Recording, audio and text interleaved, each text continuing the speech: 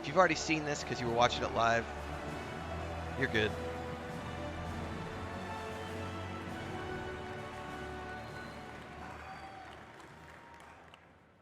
Years have passed since the mortal races gathered together in Anaheim, California. And now, the drums of BlizzCon thunder once again. Let me hear the thunder! Yes! Ah! Oh, thank you. Thank you for being here with us today. Hello, everyone, and welcome to the World of Warcraft What's Next panel. My name is Taryn Gregory, and as you may have heard, thank you. As you may have heard from Chris during the opening ceremonies, we are at the dawn of a new era of Warcraft. The World Soul Saga. A story that will play out over the next 3 expansions and will take us on an adventure in World of Warcraft like we've never experienced before. This is what actually has me excited. Like the idea of a 3-story expansion. In this first chapter, our heroes will be called on an expedition to the subterranean depths of that Azeroth, sword in the planet. Revealing a new world full of mystery, wonder, and it's underground. And I love underground stuff. There we will confront the shadows below and face new challenges on the battlefield as well as in ourselves. So what is next? During this section, I'll share an overview of the story of the War Within, and then next you'll hear from Maria Hamilton, who will speak to zones and cultures, and then wrapping up with Morgan Day, who will talk about dungeons, the raid, and our new systems. Let's dig in. In our cinematic reveal, did you guys enjoy the cinematic? I didn't. It wasn't a big deal to me. I don't really care about it. Big shout out to the cinematic team for their work on that. Yes, it did look amazing, but we witnessed as Thrall found Anduin Wrynn, who has been wandering alone for the last few years, grappling and lost in his own thoughts and dealing with the experience that he's been through, as many of you may have remembered. Throughout this and our features trailer, we learned 2 very important developments, starting with these visions. Thrall spoke of a vision calling out from the heart of the world, like a voice from a dream. This radiant song will compel our heroes to investigate its origins, and while at the same time, a darkness has been gathering. Even as the heroes adventured on the Dragon Isles, and in the War Within, the mysterious harbinger that Iridikron spoke of will reveal themselves. Xal'atath has returned. as someone who's not intimate with lore, that name doesn't really mean a lot to me. That once bound her, she is now the harbinger of a new era of the Void's dark machinations. Okay. Her message is clear. The Black Empire has fallen. The old gods are dead. And their ancient blood runs deep within the cracks of the world. We, the heroes of Azeroth, destroyed them. The forces of the Horde and the Alliance have proven time and again they are among the most powerful armies that have ever stood. The Harbinger has watched this. She is patient. And while the Black Empire failed, Xal'atath now seeks to set in motion the rise of a new dark. Okay, so the Black Emperor's fallen. See, this I'm not intimately familiar with all of the Warcraft lore because I haven't played a ton of Warcraft. What's up, Elden Warden? So Xal'atath is known as the Harbinger of the Void, survivor of the Black Empire. The thing that got me interested was when Chris Metzen did the announcement, and said, we're finally going to find out what the Titans wanted. The Titans are coming back. That's the third expansion in this trilogy. And the idea of the Titans and finally finding out about the big sword and everything else, like the few times I've played Warcraft over the years, the one thing that always stood out to me was I always want to know more about the Earthen, the history of the dwarves, and the Titans, because they're always this mysterious. They were here. They left these ruins, these things on the side of the, in the face of the planet. Like, what are they all for? And so that's what really has me interested about this World Soul arc, is the idea of the Titan storyline. This I don't know anything about. Like, I don't know, like, they've mentioned the Void. What does that mean? The Black Empire, I don't know what that means. Again, I'm sort of a Warcraft newbie, even though I have played, like I said, I've played about 10 months total out of the entirety of the time that it's been out for almost 20 years now. So I'm way behind on a lot of this stuff. So hopefully the way they present everything in this upcoming trilogy, and especially with this first expansion, is going to be done in such a way that folks like me who aren't intimate with the lore can still get up to speed with everything. Dark legacy, one that knows our true strength and will seek to test it against a new What's up, Boozler? threat of terrible power, the Nerubians of Ashkahet. Okay. Xal'atath has conscripted the Nerubian queen Anserek, having offered her people a new future, one in which they will rise from their isolation as a mighty kingdom once again. And here in this sprawling city of Ashkahet, we will not find the undead soldiers of the Lich King that we faced before, but instead a new mighty stronghold of the Nerubians as they once were, deadly survivors of the mythic wars that have played out time and again over thousands of years. In return for their loyalty, Xal'atath has granted the Nerubians the means of a dark evolution, one that will turn the Nerubians into a new kind of ferocious and terrifying soldier that we will clash against time and again in the war within. Now let's talk about who we'll be adventuring with. Oh, I'm loving Rogue Trader Beta. It's going to be my main game for December, Warden. Starting December 7th, that's probably all I'm going to do for the whole month of December. And many will be faced with their own unique challenges. Anduin, having survived his ordeal with domination. Yes, look at the art. Oh, incredible artwork. Their art Anduin department will be is grappling amazing. with his relationship to the holy light that he no longer feels worthy of, while Thrall is seeking a connection to these visions, spreading across the world and working to find his new place in the Horde, while Magni Bronzebeard, long the Speaker of Azeroth, will confront the heavy weight of that responsibility once and for all. Champion! The Wounds Champion! Yes! This is the kind of stuff that I have no But frame that of brings reference us to. I know you saw this in the features trailer, Alaria Windrunner.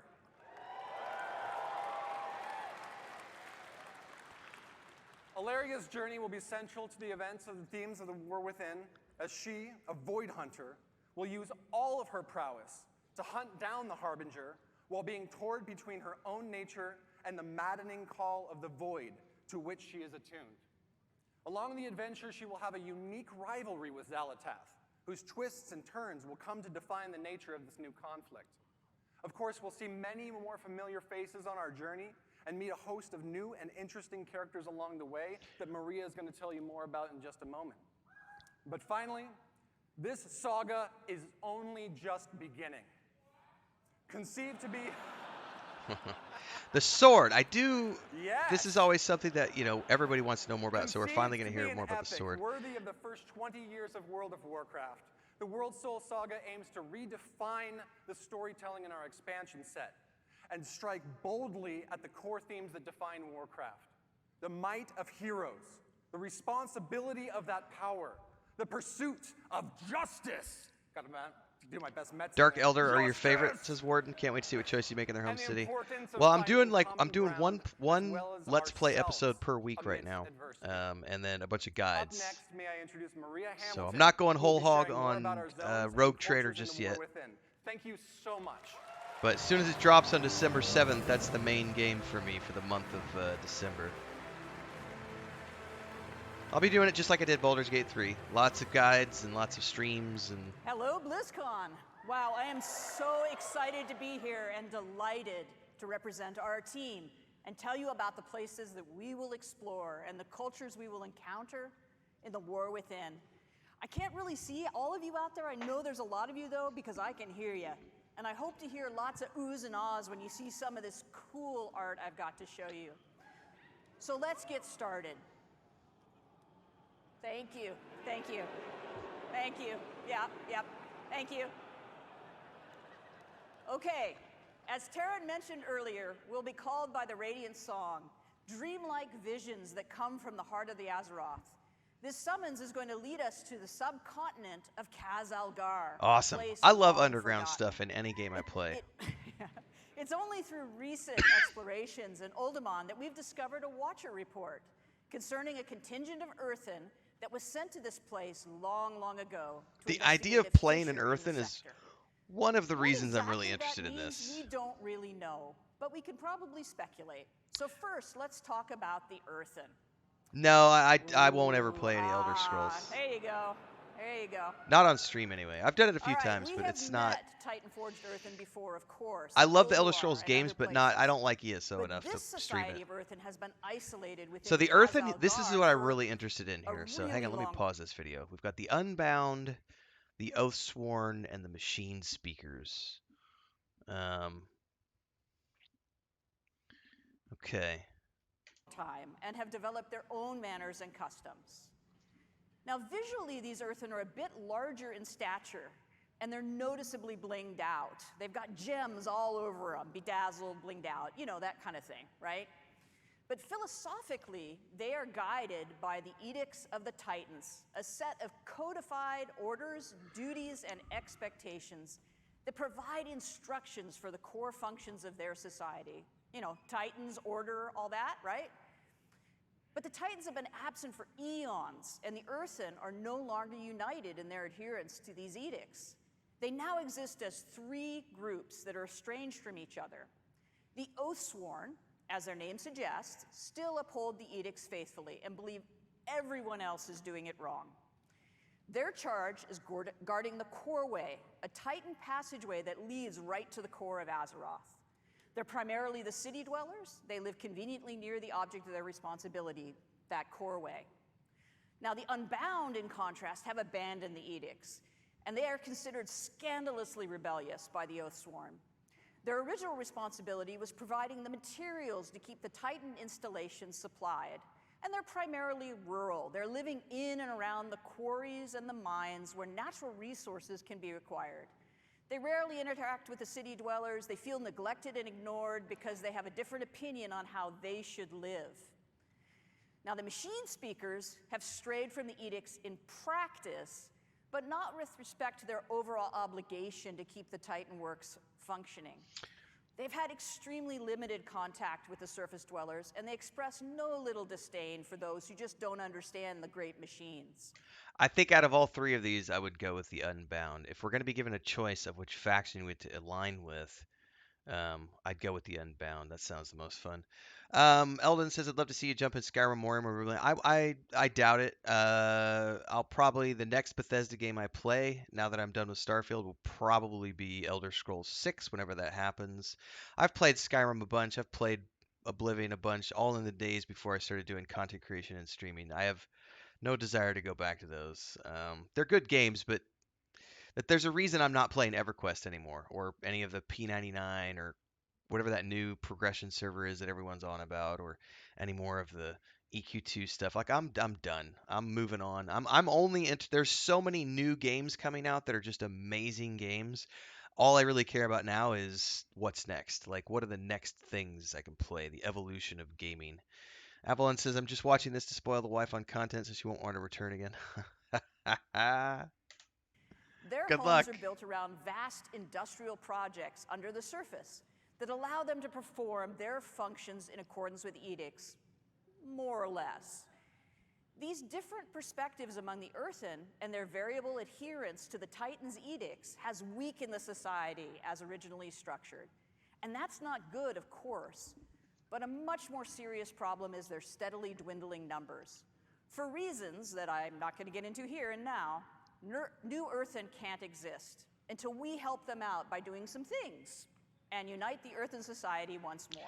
Oh, so we're gonna unite Happily, the three tribes? as a result of our actions, the Earthen will eventually be unlocked as an allied race. Yeah, this is what I'm kind of interested in. I Sweet, will don't they? Yeah. I will definitely play an Earthen for sure. These player Earthen Just Earthen dude, will replenish the culture's Oxlorn. dwindling I know, numbers man. and may join either the Horde or the Alliance. Yeah. It is, of course, player's choice which side you wish to ally with. Oh, it'll be But Alliance as you can see for from me. a small I don't do sampling Horde. of combinations, there's some fantastic variations and customizations coming for the Earthen models, including different gem incrustations, Which is all cool. This beards sounds for really all body awesome. types, rocky skin patterns, tones, and more. Now that golden mohawk with the braids and the fringe beard, that's quite the look. Yeah. But I really like the beardless guy with the bushy blonde eyebrows. He looks so cool. He's just kind of like, yep, what do you want me to do? So Ready to anyway, work. All right, moving on. Another cool culture that players will encounter in the War Within is the Arathi. Yeah. Excuse me. Yeah, and you probably have questions, right? So these are descendants of the original Arathorian Empire, and they've arrived relatively recently. And through See, those names mean nothing to me because I'm not huge into Warcraft. It's always funny when you hear people in the crowd like shouting, "Yeah!" when they name drop something, and I'm just like, okay. some somewhat mysterious circumstances, and they find themselves trapped here within Khazalgar. Mysterious mostly because I can't say anything more about it just yet because of spoilers, but it's not like spooky mysterious, it's the other kind. As a people, the Arathi are worshippers and wielders of holy fire. They are dedicated to bringing hope and light to the darkness. They're tough, resilient people, with every member of the society being an able combatant. Some few are further blessed with paladin-like abilities through their devotion to the light. Even their airships are powered by sacred flame. The extent to which they're comfortable in battle is probably a good thing because they have established a home away from home in an enormous cavern bordered by an endless underground sea from which terrifying creatures emerge to rampage and create havoc. Not my idea of a cool place to hang out, but they're really, really tough. These watery monstrosities, though, are nothing compared to the threat from below. A constant swarm of Nerubians has been held back so far from invading the Arathi lands. The assault is unrelenting, the threat is dire, and the Arathi can't hold much longer. These bastions of light against the darkness are far from home and limited in number. Sure would be terrible if there was also division within the Arathi ranks. Just saying. That would be pretty rough, what with them being so outnumbered. We could probably help them. All right, speaking of the Nerubians in the War Within, we'll explore their last kingdom deep within Khazalgar. These ancient survivors of the Black Empire who rejected their former masters have developed their own culture here in the deep darkness. As Taryn mentioned earlier, Xal'atath has made a bargain with the Nerubian queen Ansarek, who seeks a new future and renewed glory for her people. The Nerubians are extremely capable and devious adversaries who have been honing their skills with their constant assault on the Arathi. But domination hasn't come fast enough for the Queen's taste, as the Arathi has managed to hold against this onslaught. So this deal with the Harbinger has included some assistance for her troops. Through some dark alchemical process, Xal'atath has provided the knowledge required to evolve chosen Nerubians into paragons of their race, enhancing their viciousness. So, boss and mobs. Queen Ansarek has embraced these modifications with enthusiasm and eagerly offered her army to achieve the Harbinger's schemes. It appears to be a win-win situation. But not all Nerubians share their sovereign's enthusiasm for change and her embrace of Xal'atath. Shadowy figures with Rogue far Trader, too many Star Wars limbs maneuver Outlaws, against the Avowed, Harbinger's plans Fable. in opposition to the Queen's desire. Those ones for sure. As you might expect, any foray into this Nerubian kingdom introduces us to a variety of citizens, including some forms we've never encountered Those are probably before. the four. I'd have Here's to. a layout of some of the Nerubian Those are the models ones that that I'm really are looking forward to completed the and most, also some that are Avalon. in progress, Especially Star Wars as well Outlaws. as scale Right now, reference Star Wars for Outlaws has goblins my and sort of humans, game so of just the get a year sense of size. for In next addition year to the Nerubian spot, unless I see citizens, something there are better. also Although domesticated Rogue Trader insects who technically serve is the December, kingdom but I'll as be playing beasts that of burden over the and holidays pets. into January. So The I team is hard at work consider it building a out next the year full range of game. carapaces, carapae, I don't know, whichever, skittering legs, grabby arms, piercing spiky bits, and creepy eyes for you to enjoy, I guess. All right, let's talk about our zones. The surface of Khazalgar is our first zone, called the Isle of Dorn. This is the home of the earthen surface dwellers, as well as other native species of creatures. The fertile soil, flowering plant life, and generous waterways provide nourishment for animals in this untouched paradise. An important facet of earthen society is Cinderbrew mead. The beta's This been pretty fun volatile so far, substance Pablo. is manufactured from molten honey, produced by enormous fiery bees. Their home groves are a remarkable sight, as the hearts of the trees themselves glow with lava-like fluid. Harvesting is always an exciting time, as the ferocious creatures are understandably protective of their hives. Now, the roosts at Storm Watch If I had to pick two that are I'm most wreathed excited with for lightning next and year, though, fierce it's going to be winds. Star Wars These wild Outlaws and elemental Avowed rooks may choose to from serve a member Obsidian. of the Oathsworn, who, if so blessed, becomes a Storm Rider, one of the guardian warriors of the earthen people. The Unbound deal with hostile creatures from time to time, but for their most part, the existence is relatively peaceful, fairly sort of peaceful. Their comfortable homes are often situated near the places where they once labored as adherents to the edicts. Those sites are now in disrepair, and in some cases, the lair of other creatures. Of course, the Isle of Dorn boasts a great walled city where the Oathsworn live and serve the edicts of the Titans. The city of Dornagal is the location of many important I'm civic also buildings, tentatively markets, interested in traders, Dune and crafters. Awakening And it's here because I love the Dune that a traveler IP, will find the but I expected hate amenities of a PvP and I capital hate city, survival as games. well as the Titan And it's Causeway, Funcom, so they're the doing the defense of same which thing they is did the with Conan. Oathsworn's primary charge. Now, beneath the surface of the Isle of Dorn, And that's probably lies going to our be a second next year zone, title. the Ringing Deeps. As the name suggests, it is here that the Earthen are engaged in their work in accordance with the edicts. In these industrial areas of this cavernous space are huge, complicated machines, lava-heated foundries and forges, and waterworks, both to cool and to power huge machinery. This looks cool. Maintaining these I mean, Titan mechanisms and keeping it's everything WoW. I running mean, is it's both the always going to have responsibility that and the WoW passion look, of the so machine speakers. this isn't making The me Earth sit has up in my shifted chair and too in go, oh places, my god, revealing this looks so openings to the amazing. sky But it above does to the look Isle of very Dorn. appealing. It's a These nice World of cenotes bring Warcraft light aesthetic. and water into areas once shrouded in darkness. Abundant greenery, Yeah, Pablo, flowers, if and the Dune creatures that Awakening do not MMO typically dwell was in caverns may be PvE found in only, these I would idyllic pre-order it spots. today. It was really important to us as developers They that we did could way live back into in the day, fantasy Gary. of the They did hard-working industry, Anarchy Online, but yeah. still had some break-up areas of natural beauty Avalon, that don't feel like dark constrained Avowed tunnels.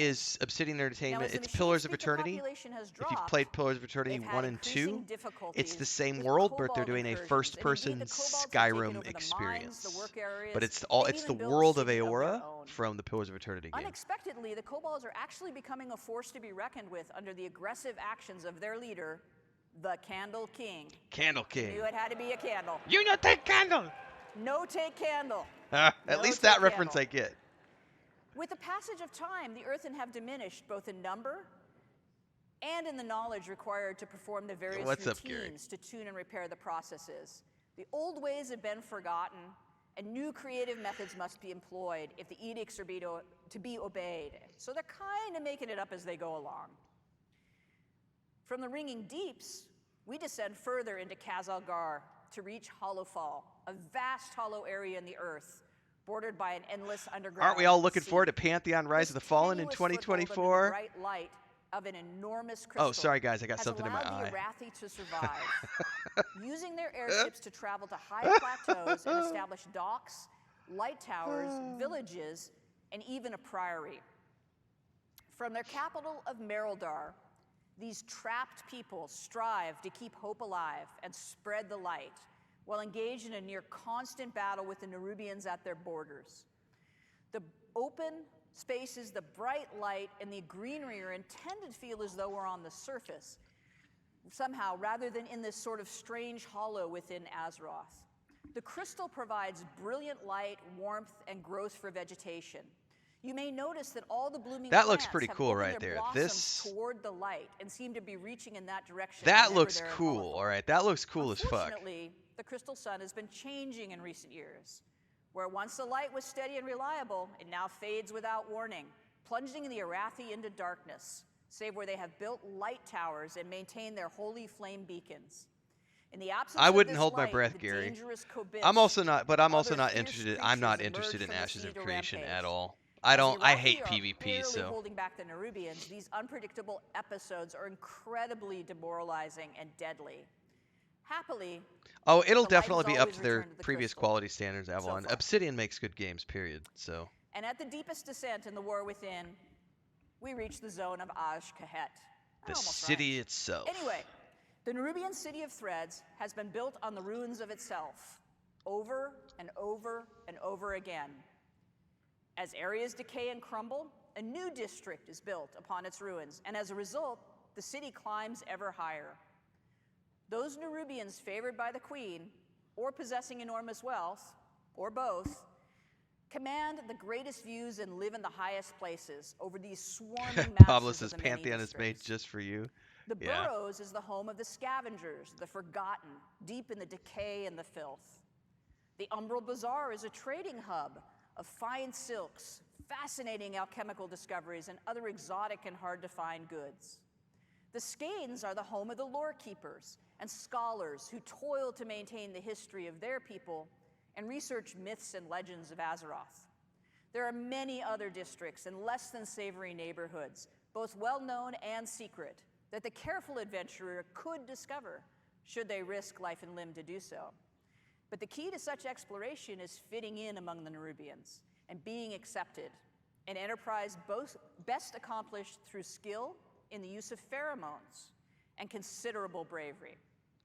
The zone of Aj-Kahet features areas of spectacular dark beauty that are inhabited by these creatures that have found a way to live among the Nerubians without being deemed a threat, found to be particularly tasty to consume, or just too much fun to torment.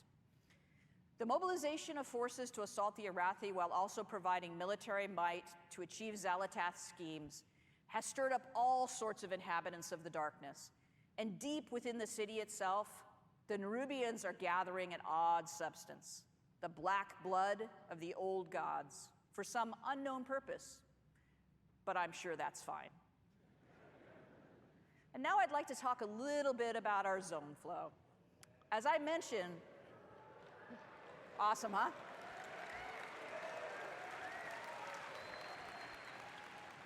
We travel from the Isle of Dorn into the Ringing Deeps, into Hollowfall, and then into Aj-Kahet.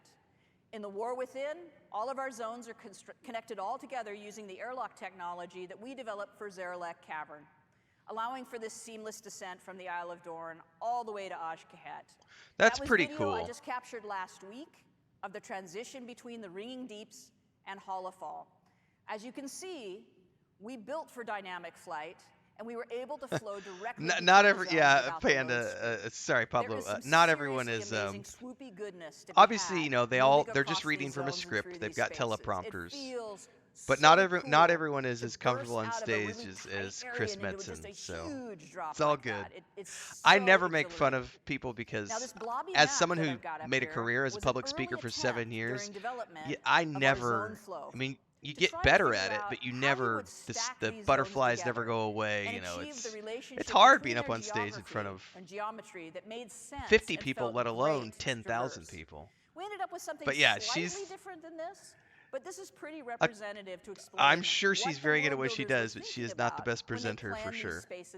Which is fine. It was really important to our design that while 3 of the 4 zones are technically underground, they didn't feel that way, and that they were distinctly different from one another.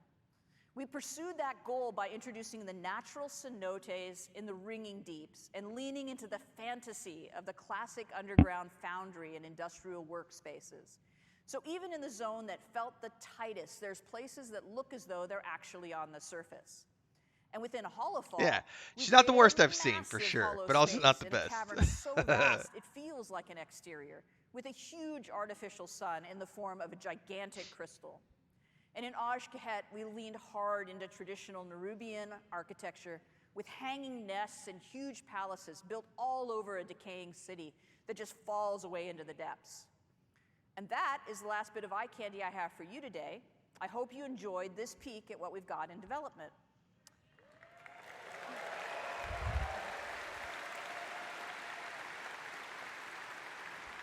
Excuse me. So now it's time for me to introduce you to Morgan Day, who's going to give you lots of information about dungeons, raids, and systems. Enjoy. Thanks very much. Bye.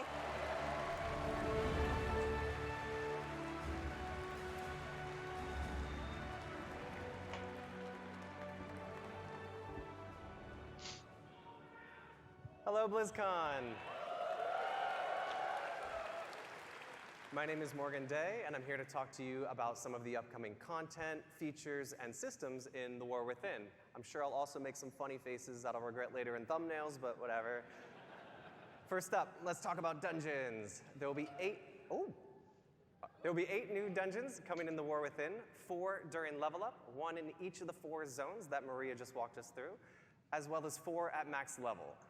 There's a lot. Okay, so the Rookery of the Stone Vault, Priory of the Sacred Flame, City of Threads, Cinderbrew Meadery, Dark Flame Cleft, the Dawnbreaker, and the Old City. Okay. All right, 8 dungeons. Really cool stuff happening in these dungeons. For instance, we have like a kobold dungeon where you'll meet that Candle King, where there's like a light mechanic that takes place. You have to kind of keep it going to light your way. There's a dragon riding dungeon, of course, but also one of my favorites is the Cinderbrew Meadery. This is the difference. So he's a much better presenter. So this is a dungeon that takes place on our first zone, the Isle of Dorn, which is where you'll experience, all of our earthen buddies, and this is the place where they make that Cinderbrew mead that she was talking about. They take in all that honey that they gather from throughout the zone to make the mead, to do all kinds of fun and/or nefarious things with. Although I do have to say, I feel like they're a little bit behind the times. I feel like all the kids are drinking that, hard seltzer or something these days, but whatever. They're old school, I get it.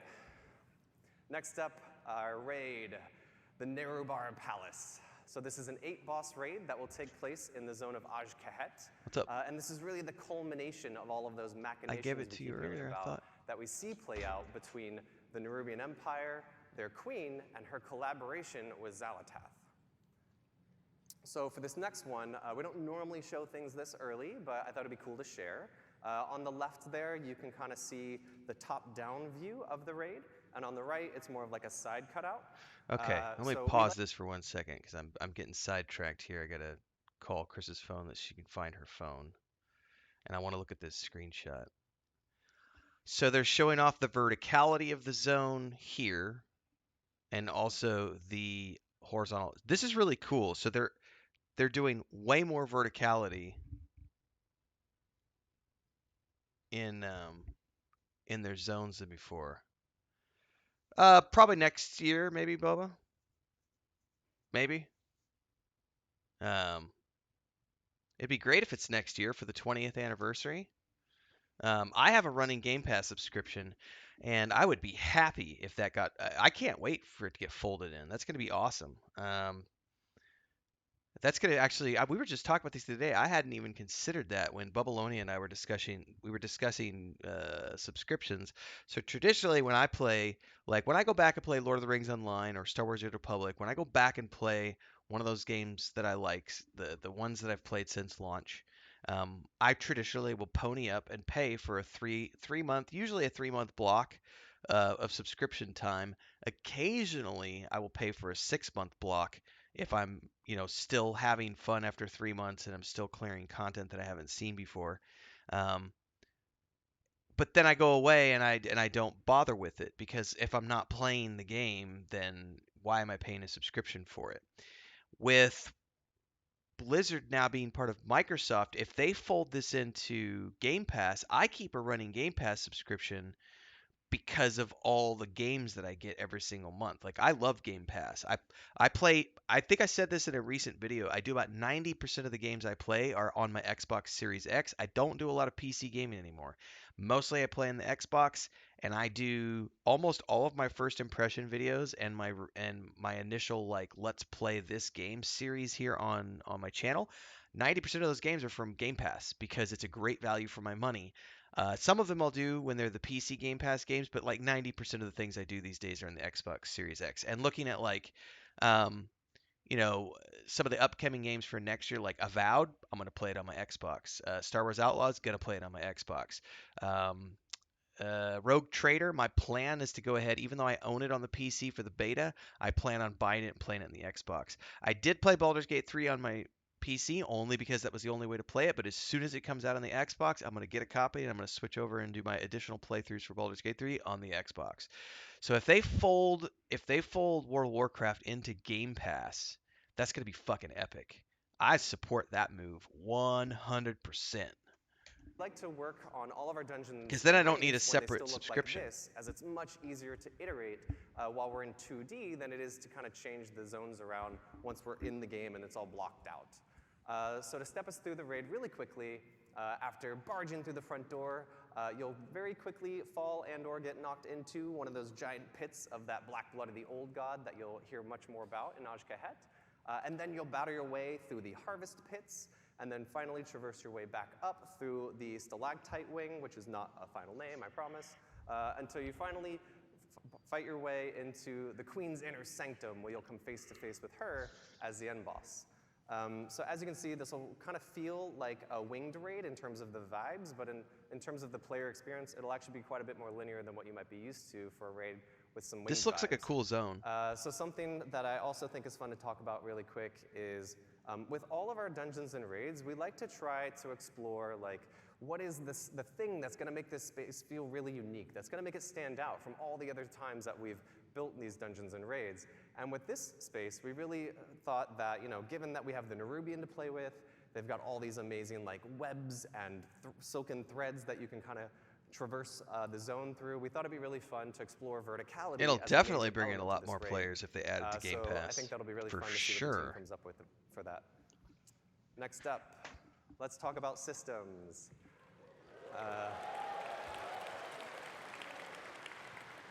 So I want to walk you through some of our features and systems at a really high level, but first I want to talk about some of the philosophies that are really guiding us to add these into the War Within.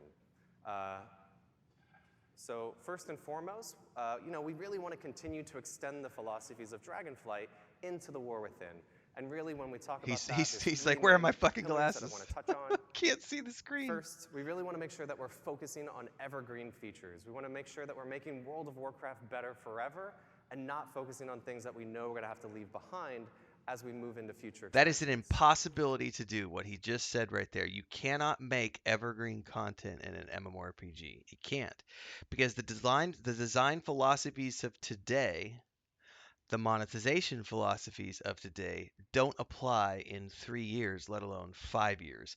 So it's a nice thought and it's an interesting buzz phrase to use, but it's just not realistic. And all the sheeple are like, yay! We don't understand game dev, but what you just said sounds awesome! Next, we want to make sure that there's something for everyone. So whether you're a hardcore raider, a PvPer, a collector, something for or everyone, like yada Ollie, yada who just yada. love to play games and run around the world exploring things. We want to make sure that there's something in War Within that you can really geek out Yes, over and that I'm resonates being with you. facetious and sarcastic And finally, right now. we want to make sure that we're continuing to build on our philosophy and build on our systems and content with people who play multiple characters in mind. So this is very important. This is one thing I will say that Blizzard does better than pretty much every other company out there, and it's one of the reasons why their games remain more successful than many other MMOs, is because they have a very high focus on respecting players' time. One of the reasons people like myself have always joked and made fun of and poked at this bullshit philosophy that Pantheon was trying to promote, which is we're going to have literally the what is it called, Quarm, the new like hardcore EverQuest server that like 1,500 people are playing. Hardcore death penalties, XP loss, full corpse runs. That shit is not respecting players' time. That is the worst thing possible. So that's one of the reasons Blizzard has always done very well, is because they do respect people's time, and that's want to make sure. one of the reasons so many people like my wife is not a gamer. She has tried World of Warcraft with me twice and had fun each time she's played because their games are fucking fun. World of Warcraft is a fun game because it does respect your time and it's easy to get into. Exactly like that, says Cliff Tones. We want to make sure that we're building all of our systems Tech to and industry really respect change the time so of quickly. the player behind the keyboard and not focusing so much on the accomplishments of that individual character. I think this is where they talk about like rep is now going to be shared between. So let's talk about delves. Delves are a new feature that will be integrated into the outdoor world experience, where the fantasy of these is actually that you'll be joining the Dragonscale expedition in their search for lost treasures all across Khazalgar. So delves are an evergreen feature that is really integrated into that outdoor world experience. We want delves to be. What do they mean by outdoor world experience? Does that mean like not the underground stuff, but the overworld? A new pillar of endgame content for those outdoor world explorers. We really view this as something like when we added World Quest back in Legion. where they are going to be really integrated and transformative into that outdoor world, especially that endgame loop. So one of the main reasons I'm stoked about Delves is that these will provide an opportunity for us to give seasonal content and rewards to those outdoor world explorers. So that means things like rewards that you're used to, like mounts, achievements, titles. Reasons for you to Also keep paying be a monthly adding subscription a is what this outdoor is. row to the Great Vault with War Within. Corfield says they mean not a dungeon or raid. Okay. So that all of you outdoor world explorers will be able to share in the joy of rushing to the Great Vault every week to collect your loot. And there will also be 13 unique delves that we'll be launching War Within with. And delves will scale from 1 to 5 players and be role agnostic. So that means if you want to play a delve solo, that's totally cool. That kind of sounds like the agnostic dungeons that EverQuest 2 introduced years and years and years ago, because they scale to your level, and you can run them solo or you can run them with a group, and they scale depending on how many people are in the group. So that sounds exactly like that EQ2 agnostic dungeon system. If you want to go with you and your partner, that works as well. Or you can bring your whole dungeon group in, and the delve will scale based on your group size and your roles.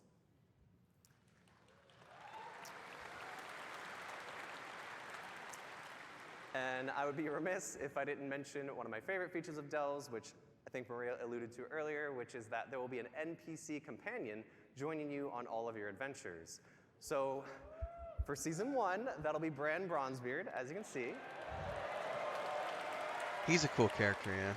And Bran will be tagging along with you on all of your delve adventures, and will totally never, not even once, aggro a pack of monsters that you didn't want him to. And I don't have my fingers crossed behind my back right now. So Bran will have a customizable talents and mechanics and abilities that you'll be able to kind of load out to suit your playstyle and needs. So, maybe you need a little bit of extra healing. That's kind of well, cool, a you can load Bran out to customizable provide that for you. companion, kind of like what Star Wars: The Old Republic And does. finally, you wouldn't be exploring with the Dragon Scale Expedition if at the end of every delve there wasn't this massive treasure trove that we need Bran to open for us, which hopefully brought a couple of keys to open some of the chests in there. But before Bran can open that vault for you, you'll need to maybe defeat a boss, maybe you'll solve a couple puzzles, something like that, and then Bran will be able to open that vault door for you.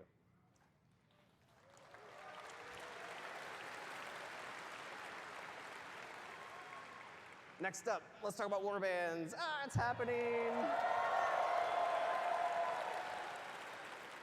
So warbands are a system that we're introducing that will really be the representation of all of your characters across your Battle.net account. Warbands are an opportunity for us to create a platform where you can share your achievements, resources, and This all that right other here, good stuff across all of those characters. This right here, that announcement alone. What's up, Bobolonia? Good morning, man. That announcement alone, that now achievements and reputation, everything else is going to be shared across all of your accounts. I know it's not coming until the War Within. If they had that in the game, like right now, if they introduced it right now, I would happily spin up a subscription and start playing World of Warcraft again on a regular basis. If I knew that as of tomorrow, my achievements and everything else was going to be shared across all my characters, because then I would just go start creating all sorts of characters and playing through the different expansions for shits and giggles, because I haven't seen all that content before. So the goal. By the way, I know he's wearing a World of Warcraft shirt, but the character, I think that's Anduin. It looks an awful lot like Mad Mardigan from Willow. It looks like Val Kilmer's character, just from that. The system is Random really side to be note. that representation of the philosophy shift that I mentioned earlier about really Respect the player's time. God damn, does Blizzard does a good job of this. They do it good. I will give them credit for that. Yeah, none of this bullshit about corpse runs and item loss and no. The player behind the keyboards and not those individual characters. Okay. There's actually a ton of additions and modifications. We've talked about a few here. There's no single. What? Bubbaloni said this is also going to be represented at the character select screen as a campfire with all your characters gathered around it. That's dope. UI screen that says warbands. It's more of all these modifications and updates and features are like kind of wearing a big coat that says Warbands on the back of it. It's how I kind of keep it straight in my head. But just to talk about a couple of those cool features, we'll actually be revisiting the transmog rules of how you acquire those appearances in the War Within. So for all of you who have... So is he saying that you're going to be able to use transmog across all your characters? So that means all of you who have probably had to run 4 characters through all of those legacy instances just to make sure you're collecting all the appearances, that won't be the case. Oh, that's fucking awesome. That right there is fucking awesome. Like, to know that the things that I earned on one character can now be applied to all of my characters. And oh yeah, Holly mentioned this already, but this is my chair obviously keeps one that moving. People are looking forward to. All of our reputations as Shared. well as renown This is in awesome. War Within will be shared across your entire account. Right, Babylonia, like, plate will be across all your plate characters, cloth across all your cloth characters. Last but not least, let's talk about hero talents. So here's a quick mock-up of what the UI will look like that I think really helps explain how these integrate into our current talent trees. Corfield But says, I've got let's take 8 a look levels, at 70 how this characters, will so the work. feature's cool for me.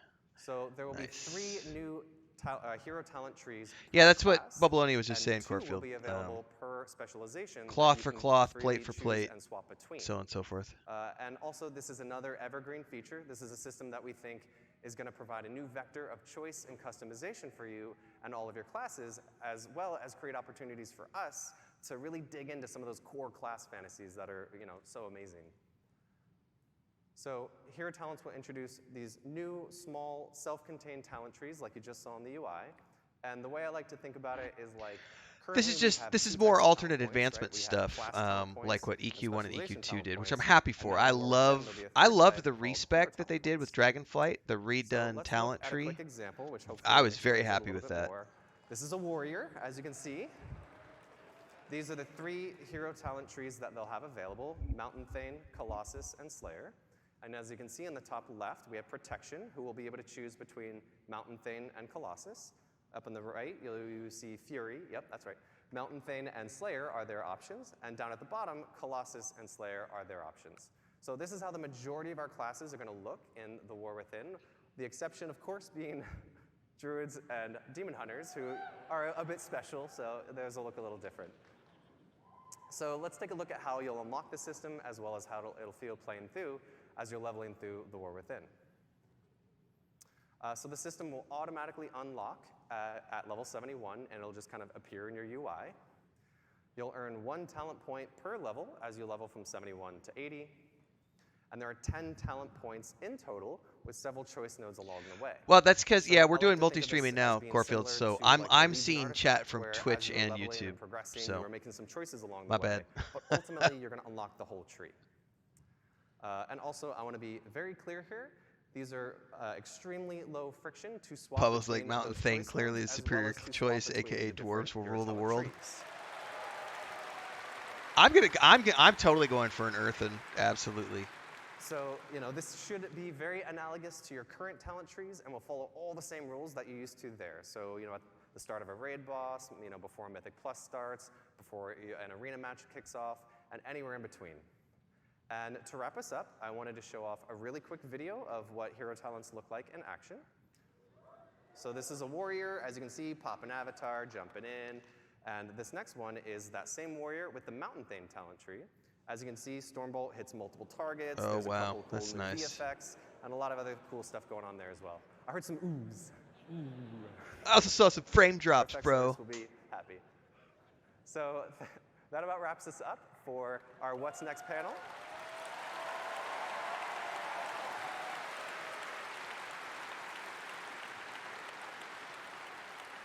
I might have to get back into World of Hope you Warcraft really liked next what year. you saw here, and if you'd like to know more, please join us tomorrow at the deep dive panel, where at noon, where Ian will walk you through some of what you saw today in more detail. So that's probably taking place today in as real well time. as a bunch of other cool new stuff in the War Within. So thank you all so much. I hope you have a One great of us, BlizzCon. one of Bye. us, one of us. I never finished Dragonflight. I bought it, got halfway, but I was coming off of like 6 months or 4 months of whatever it was, Wrath of the Lich King. And Chris and I I think that was when we had just moved. I don't remember. Liam's like that art style. Um, I think that was right before we moved. I think the reason I stopped playing Dragonflight was because we moved from the city to the homestead, and so I just was like, yeah, and we hunkered down. I didn't have internet for like a month, um, and I pre-recorded a bunch of stuff, um, and then just when I came back from that, I was just out of the MMO headspace. But I tell you what, it's got me intrigued. I have a video coming out tomorrow, which is going to be doing. We're talking about the Soulbound, sorry, the World Soul Saga in total that they're talking about, and it's got me intrigued for what they're building here with what they've got going on. Um, I'm probably going to get back into World of Warcraft next year. I just don't know when.